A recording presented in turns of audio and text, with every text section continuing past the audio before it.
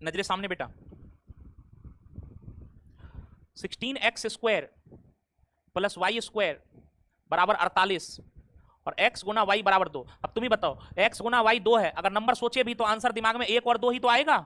लेकिन 1 2 रखने से कभी 48 बन पाएगा नहीं। तो ये सवाल बढ़िया होता है दोस्तों, जिसमें नंबर ना सोच पाए, अब बढ़िया लड़का सवाल बना पाएगा, जो बढ़िया बच्चा है वही सवाल बना पाएगा। ये नहीं कि नंबर सोच के हम बना लिए सवाल, वो तो कोई भी कर सकता है। अब ये सवाल बनाने के लिए आपको बुद्धि चाहिए। बताइए, स्क्वायर दिया है, क्यूब पूछ रहा है, तो पहले RET लगा के पावर क्या कर ले, छोटा, रूट लगाओ, इसका रूट क्या होगा 4x, इसका क्या होगा y बराबर 48 का 48 लिख के क्या लगा दो, रूट। RET में चिन्ह यहां से लिया जाता है प्लस, याद आ रहा है कि नहीं, और 2 का 2 लिखा जाता है इंटू प्रोडक्ट, प्रोडक्ट भी यहीं से लिखा जाता है, 4 इंटू एक्स इंटू कितना y, और x इंटू y का मान कितना होगा 2, तो 4 दूनी 8, 8 दूनी 16, और 48 प्लस 16 क्या बना लेगा 64, और रूट 64 का मान क्या होगा 8, ये बना लिया। अब इसी का क्यूब करके सोचो ना, y का क्यूब करेंगे तभी तो y क्यूब बनेगा, तो ये क्यूब यानी क्या लगा रहा है CT, बोलो 4 की क्यूब क्या होगी 64, 64 x की क्यूब प्लस y की क्यूब बराबर 8 की क्यूब, यहां साइन पीछे वाले से लेते हैं, प्लस का माइनस 3 इंटू प्रोडक्ट, प्रोडक्ट के जगह पर 4xy और इंटू के का मान 8। अब xy की वैल्यू रखो, x इंटू y का मान बताओ, x इंटू y का मान क्या है 2,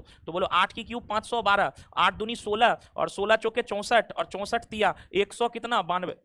घटाएंगे 2 में से 2 गया 0, 11 में से 9 गया क्या बचा 2, और यहाँ क्या बचा 4, 4 में से 1 गया 3, 320 सही जवाब होगा।